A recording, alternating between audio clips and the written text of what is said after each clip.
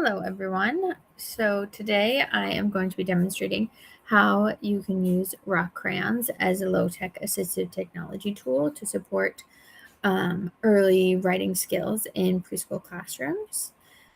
This can be used with students with or without disabilities. Anybody who struggles with writing can use these tools. It's very equitable. I'm thinking of students who enjoy participating in arts and crafts activities, but can sometimes get frustrated due to hand fatigue and things like that. Students may use whole hand or fist grasps when they are using writing utensils. So here we have a typical crayon. They may hold it with their whole fist when they're writing.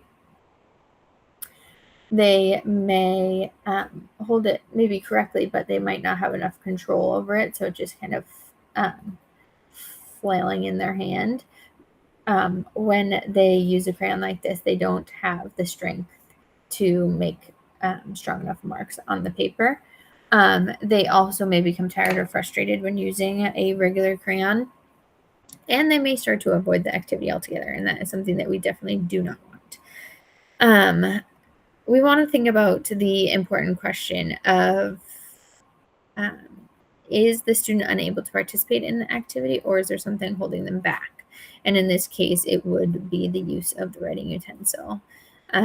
We don't want to have to change the activity if that's not something that the student needs. We want to be able to use tools to help them access the same curriculum as their peers. So I just showed you regular crayons. These are our rock crayons. They come in a little sack like this. They come in a whole bunch of different colors. Here are just a few of the colors. I don't know if you can see that great, but there's some blues, some yellow, some oranges, some red, some browns. They come in any color that you need. This is a closer up. So they are pebble shaped. On one side, there is a spot for your finger. So your thumb fits right directly into that hole. And then your two fingers go on top. So this creates a 3-finger grasp that it helps facilitate the 3-finger grasp for students. It's so small that they can't use a fist grasp with this, or else it just won't write. You can't write with it in your fist like that. So the facilitation of the 3-finger grasp is the only way they can really use this. We don't really want all students to have to use the same exact grasp when they're writing. That's just not something that's needed. But we want them all to have a comfortable grasp so that they are able to participate in the same activities as their peers. So in order to use the crayons in the classroom, first I'd let the students explore the crayons, right? So you give them the option, you show them all the colors, they get to look through, maybe have them pick their favorite color. That's always something preschool students like to do. So my favorite color is blue, so I will use my blue, one of the blue crayons. There's many different blue colors, but this one's a great one.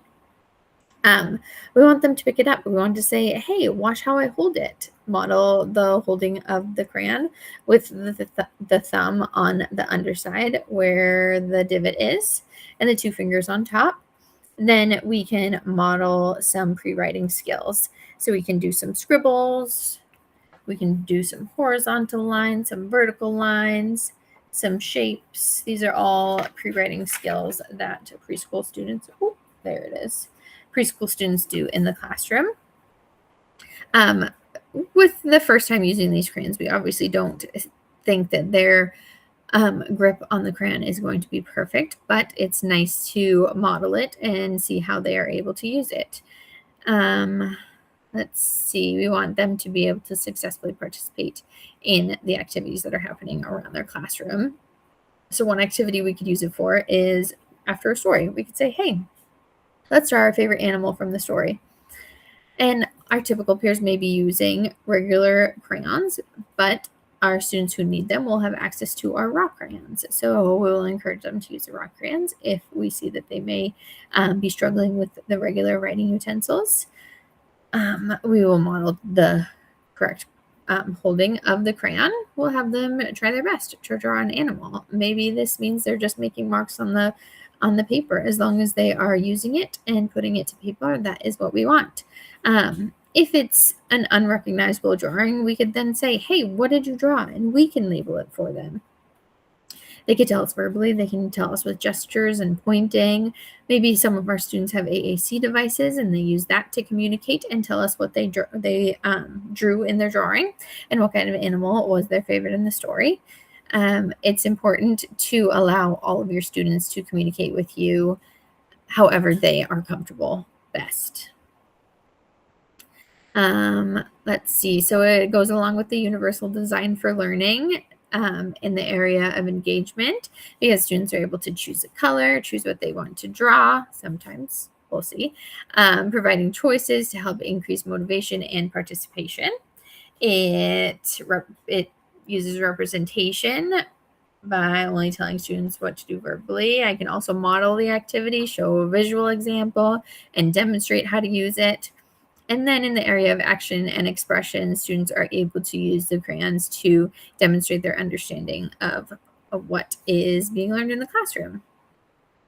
They may use this to do pre-writing practice.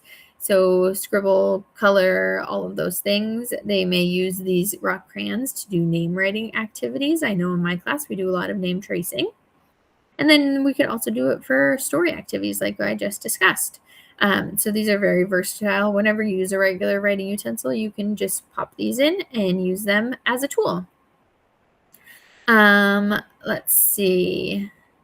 In summary, rock crayons are a simple, low-tech assistive technology option that can provide an alternative to traditional crayons for our preschool students who are struggling.